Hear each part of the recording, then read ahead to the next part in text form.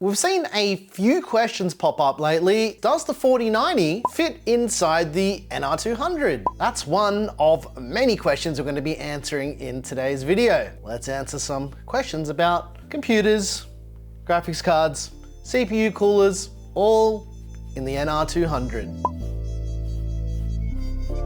Let's just go.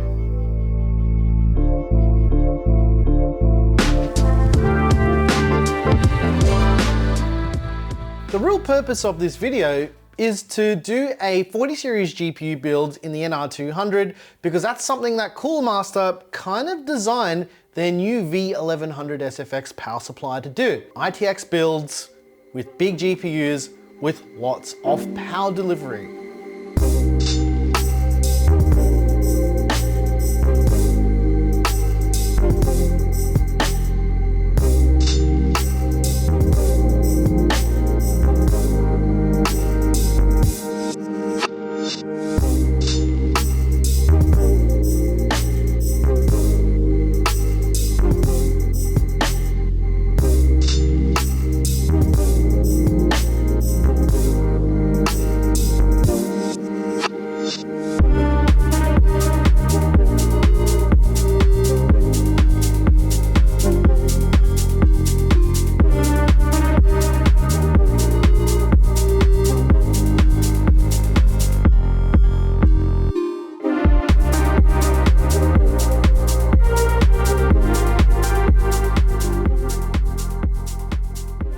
First things I recommend doing with the NR200 is installing the power supply. So we're going to be using this V1100 SFX power supply with the new 12 volt high power connector on it.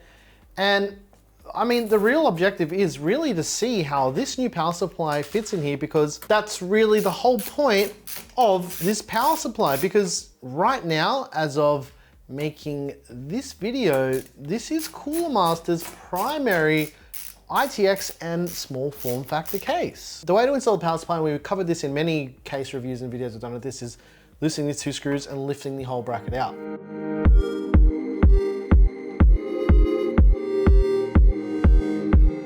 One of the things we can do while the power supply is out with the NR200 is manage all of the power cables, because for this PC in particular, there's only 3 power cables for the whole system.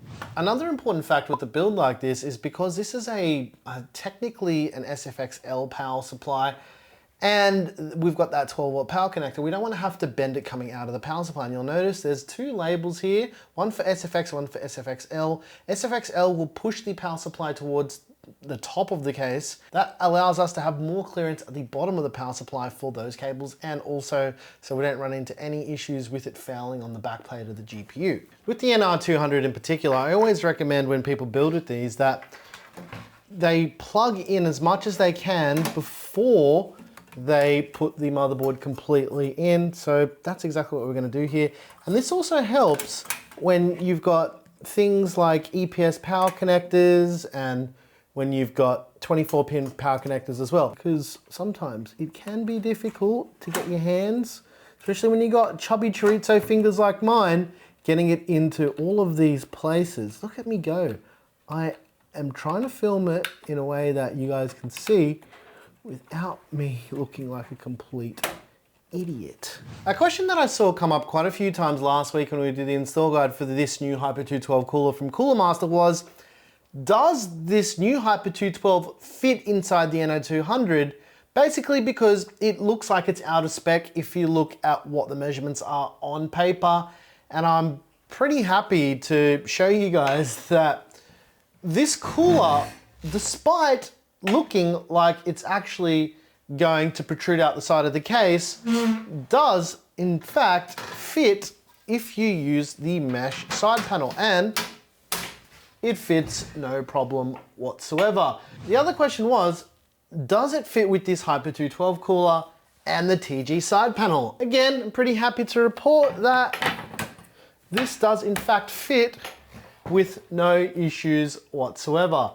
So hopefully we can put that one to bed once and for all with the Hyper 212 and the NR200. The new Hyper 212 fits with no problems, and it's not even touching the glass. There's probably about 1 millimeter between the glass and the cooler itself. So There's your answer.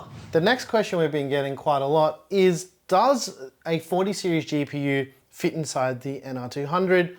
There's a couple ways to do this. So to answer in short, yes, one of them does, and it's the 4090 Founders Edition. So to fit it in, basically, you have to slide it through the front cutout. All right, and we get it kind of in low enough. Just gotta massage the GPU into the case. Now 4090 fits in here pretty easily. One of the questions that is inevitably going to be asked about this with the 40 series GPU is, am I going to be able to put some of those, let's say those Noctua Slim fans underneath the GPU with GPUs being this thick? I don't think you're going to be able to fit them underneath this GPU. It's just not going to be possible, especially with the Founders card. It is quite a chunky boy, so it's just not going to work. The other concern people are going to probably bring up is the fact that there is a bit of a bend to the 12 volt high power connector for the graphics card. There is about 2.5 to 3 centimeters of cable that is dead straight coming out of the connector. So you're not gonna have any issues with it being plugged in on an odd angle. And the same thing can be said for the cable plugging into the GPU as well. And I'm gonna demonstrate this for you. I didn't really bend this cable that much at all to get this to work. And we'll put the side panel on just to give you guys a bit of an idea, right? So this goes on very easily. And if we just rotate it this way, if we look inside, it's only just touching the side panel with almost no pressure on the cable itself. And if I loosen this panel off, you'll see exactly what I mean, all right? This will give you an idea. It's not even touching it, all right? Look at that, the panel does not even touch that cable at all. So hopefully this makes you guys feel a little bit more confident with using a small power supply like this with a 40 series GPU in a case like the NR200. If you are really concerned about a bend like this in the cable, you do have options as well. They do make 90-degree adapters for these as well. So if there is any concern, especially with a GPU that may share the same length, but might be a bit wider, that might be your only option on this occasion. But for the Founders card at least, I don't think we'll run into any problems. I suppose we should put the rest of this PC back together now. Let's do that. Let's button it all up, get it all done.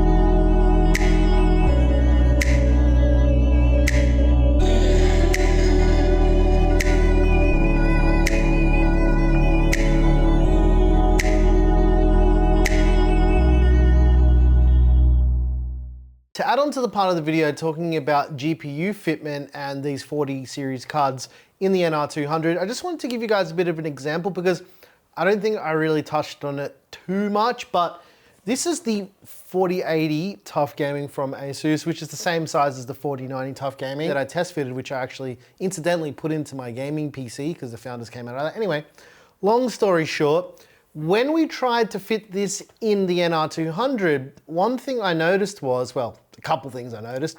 First of all, the GPU is too long, right? There is no doubt about that. There's no way to actually make it fit. If the GPU was a little bit thinner, it being a little bit too long doesn't actually pose that much of a problem in the NR200 because we've got the cutout on the front to pass the GPU through. However, with this card, being that it's almost 4 slots in thickness, it does not fit through that hole at all. So that basically rules out using this GPU in the case. So that's kind of why I didn't show it in the video, because I'd spent quite a bit of time trying to figure out how I could just make it work anyway.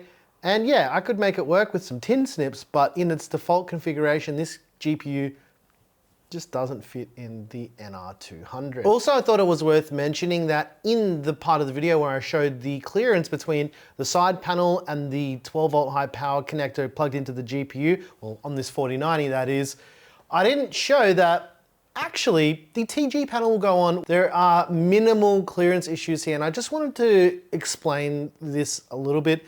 The mesh side panel on the NR200 actually physically sits a little bit further away because of the tolerances and the thickness of the TG itself. I hope that part made a little bit of sense to you guys, but essentially the cable does sit against the glass, but it is not enough to warrant it being an issue with the 4090 Founders Edition. Now, as I mentioned previously in the video, if you do have an issue with clearance in a case like this, you can get a right angle adapter from many places that will work if you're wanting to do small form factor. And I think that's just going to be the trend going forward with small form factor cases in general and this 12 volt high powered connector. That's just how it's got to be because we know that we just can't bend these cables. Other than those questions that I really felt like I had to answer with somewhat a whole video, I think this build actually turned out quite nice for what it is. And I'll put a PC part picker list down below in the description if you want to know what all the parts are, but I also put little cards through those sections of the video now so you can see what all the hardware is that I used in those sections of the video or for the final build, just to make your life a little bit easier so you can just scrub back and take a little bit of a look. Also, if you go and scrub back, it helps us get more watch time. You know how the algorithm works, guys. YouTube's a bit broken at the moment, so if you're new here, please subscribe. We do appreciate any subscribers. You guys are just completely amazing. And if you like the music you heard here, I make all the music. It's available by clicking that join button right down there, down below, and give it a like. Why not? You got nothing to lose, right? What's going on this monitor, right? That little black part of the monitor. We had a bit of a mishap in the studio last week. Claire tapped a light and the light fell and smashed my favorite monitor. It's like, why are you telling them about me breaking your stuff? The truth is, it happened again, and it was my fault. But the initial break was Claire's fault, and then the second one was my fault, so we're square. The light wasn't connected properly. We're square, we're square. Don't worry about what Claire's saying, we're square. Your fault. I couldn't even reach that high. Once again, thank you so very much for watching. I'm your boy Nick with Gear Seekers, and there's Claire the monitor breaker with Gear Seekers. You peek, we seek, and remember, ladies and gents, big GPUs like the 40 series GPUs, most of them aren't gonna fit in the NR200. However, Cooler Master does make a power supply that will power them in other small form factor cases as well. Thanks for watching.